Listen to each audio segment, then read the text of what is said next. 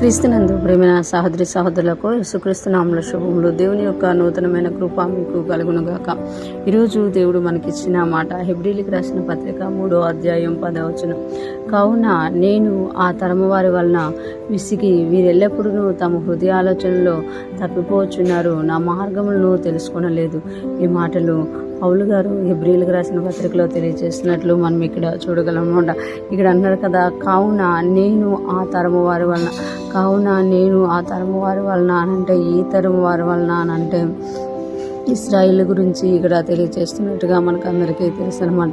ఇస్రాయిల్ని దేవుడు ఈ ఐగుప్తులో నుండి తీసుకొచ్చి కానాన దేశంలో చేర్చాలని దేవుడు నడిపించినప్పుడు వారు ఈ మోషేని దేవుణ్ణి విసిగించినట్టుగా మనకి ఇక్కడ తెలియజేయబడుతుంది అనమాట. కావున నేను ఆ తరం వారి వలన విసిగి మీరు ఎల్లప్పుడూ అంటే వారు విసిగించేశారనమాట. ప్రతి దానికి దేవుని మీదకి లేచడం, మోషే మీదకి లేవడం, సనగడము గొనగడము అనమాట.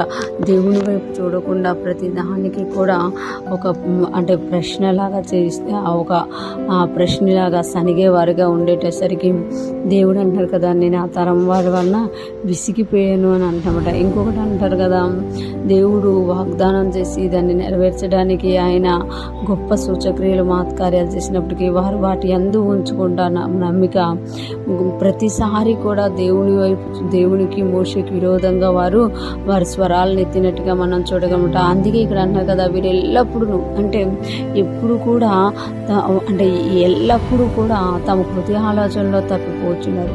అంటే దేవుడు బయట మాట కన్నా హృదయ అంతరంగాలను ఎరిగిన దేవుడు అన్నమాట. మనము ఏది మాట్లాడుతున్నామో అది హృదయానికి కూడా మ్యాచ్ అయ్యి ఉండేమాట. మనుషులైతే మన మాటనే చూస్తారు, కానీ దేవుడు మన హృదయాంతరంగాల్ని చూస్తారు. ఇక్కడ అందుకే అన్నారు కదా, వీరు ఎల్లప్పుడూ తమ హృదయాలోచనలో తప్పిపోతున్నారు, నా మార్గములను తెలుసుకొనలేదు. అంటే హృదయ ఆలోచన తప్పిపోతున్నారు. దేవుడు చూపించే మార్గాన్ని వారు ఏం చేయలేకపోతున్నారంట, తెలుసుకోలేకపోతున్నారట. ఆ దేవుని మార్గాన్ని తెలుసుకోలేక ప్రతిసారి ఒక శోధన వచ్చినా, ఒక కష్టం వచ్చినా, ఒక దాహం వేసినా, ఆకలేసినా కూడా మోషే మీద సనగడము, మోషేకి విరోధంగా లేవడము చేశారన్నమాట. ఇక్కడ చూస్తే దేవుడు ఆలోచన వేరేగా ఉంది, కానీ మనుషుల ఆలోచన వేరేగా ఉంది. దేవుడు వారికి విశ్రాంతి కలగజేయాలని, దేవుడు వారికి నెమ్మది కలగజేయాలని, గొప్ప వాటిని వారికి దయచేయాలని దేవుడు నడిపిస్తున్నప్పుడు వాళ్ళ మాత్రము అనుదినము కూడా వారి యొక్క సుఖాన్ని చూసుకుంటూ, అనుదినము పాత వాటిని జ్ఞాపకం చేసుకుంటూ దేవునికి విసుగు పుట్టించినట్టుగా మనం ఇక్కడ చూడగలం. ఈరోజు ఫ్రెష్ మనం వింటున్న ప్రతి ఒక్కరూ జ్ఞాపకం చేసుకోవాలి, మనందరి పట్ల కూడా దేవుడు గొప్ప వాటిని ఆలోచన కలిగినమాట.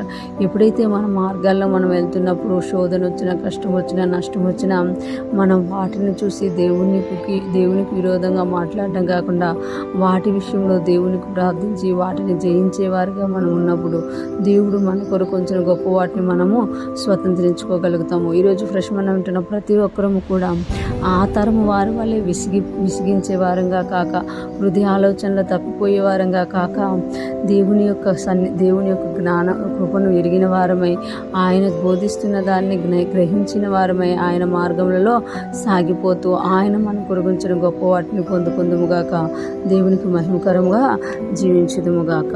ఆమేన్.